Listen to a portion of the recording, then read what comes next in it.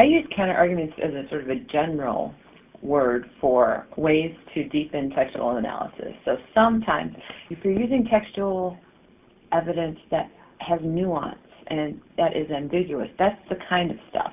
The types of text that human beings write often have a lot of ambiguity. When you find things that do have ambiguity, in other words, that a reasonable person could read it differently, and we do this all the time in human event class discussions, where someone will say, I don't think that the prince, Machiavelli's prince, is supposed to be evil, and in fact they almost have to be extraordinarily good to be able to do things that they don't want to do for the good of the state. So that's, you could take statements and show how some people may reasonably think they're one thing, but they're really something different.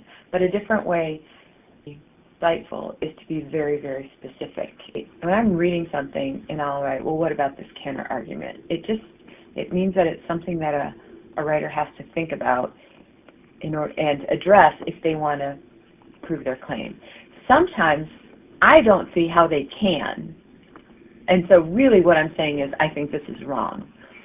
But I don't want to say that because maybe they really could, and maybe it's just something that I haven't thought about yet, but they have to address it. You may say, does this textual evidence support my really cool claim?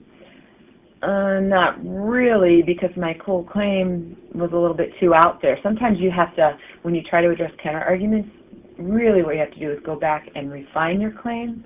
It might just be too extreme.